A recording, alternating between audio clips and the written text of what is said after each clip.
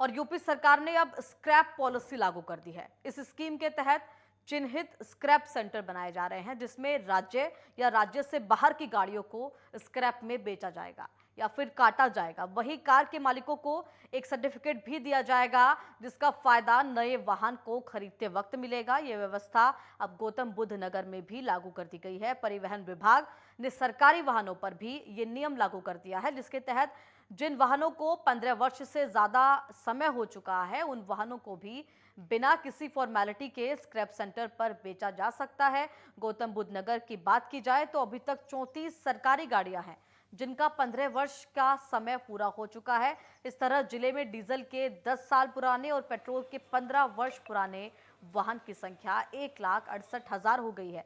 इन वाहनों को एनजीटी के नियमानुसार दिल्ली एनसीआर में चलाना प्रतिबंध है। ऐसे में वाहन स्वामी स्क्रैप सेंटर का फायदा उठाते हुए अपने वाहन को वहां बेच सकते हैं।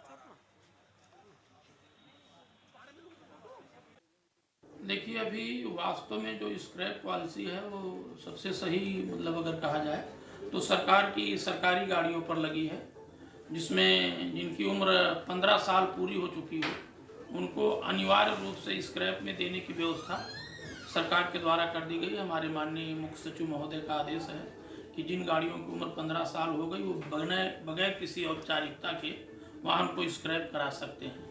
कितनी सर संख्या होगी, अगर चाहे वो गवर्नमेंट की गाड़ियाँ हो या प्राइवेट गाड़ियाँ? देखिए, जनपद गौतम बुद्ध नगर में कुल सरकारी गाड़ियों की संख्या 34 है, जो 15 साल की आयु पूरी कर चुकी हैं और जो बगैर किसी फॉर्मेलिटी के स्क्रैप सेंटर में कटवाई जा सकती हैं। और रही बात प्राइवेट गाड़ियों की संख्या, तो उसमें एनजीटी का भी आर्डर हमारे यहाँ है कि डीजल के लिए 10 साल और पेट्रोल के लिए 15 साल, ऐसी गाड़ियों पर हमारा विभाग और जनपद की पुलिस विभाग वाले कार्रवाई करते रहते हैं।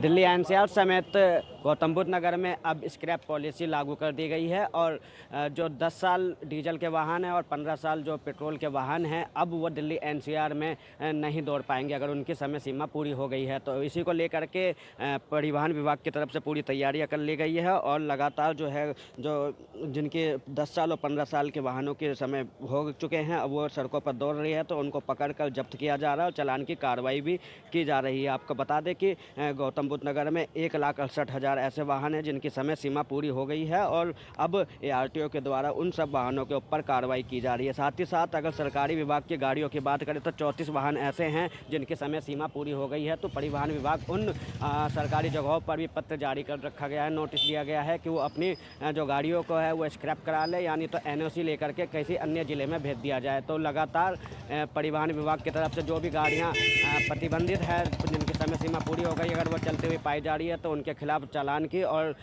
चालान करने का सीज करने के बाद में उनको डंपिंग यार्ड में भी खड़ा किया जा रहा है। तो आप सबसे अपील है कि अगर आपकी गाड़ियों की समय सीमा पूरी हो गई है तो उनको एनओसी लेकर अन्य ज़िले में लेकर चले जाए, अन्यथा दिल्ली एनसीआर में अगर चलाते हुए पाए जाएंगे तो एआरटीओ द्वारा चालान की कार्रवाई और जब्त करने की कार्रवाई भी की जाएगी। नोएडा से विनायक गुप्ता, नेटवर्क।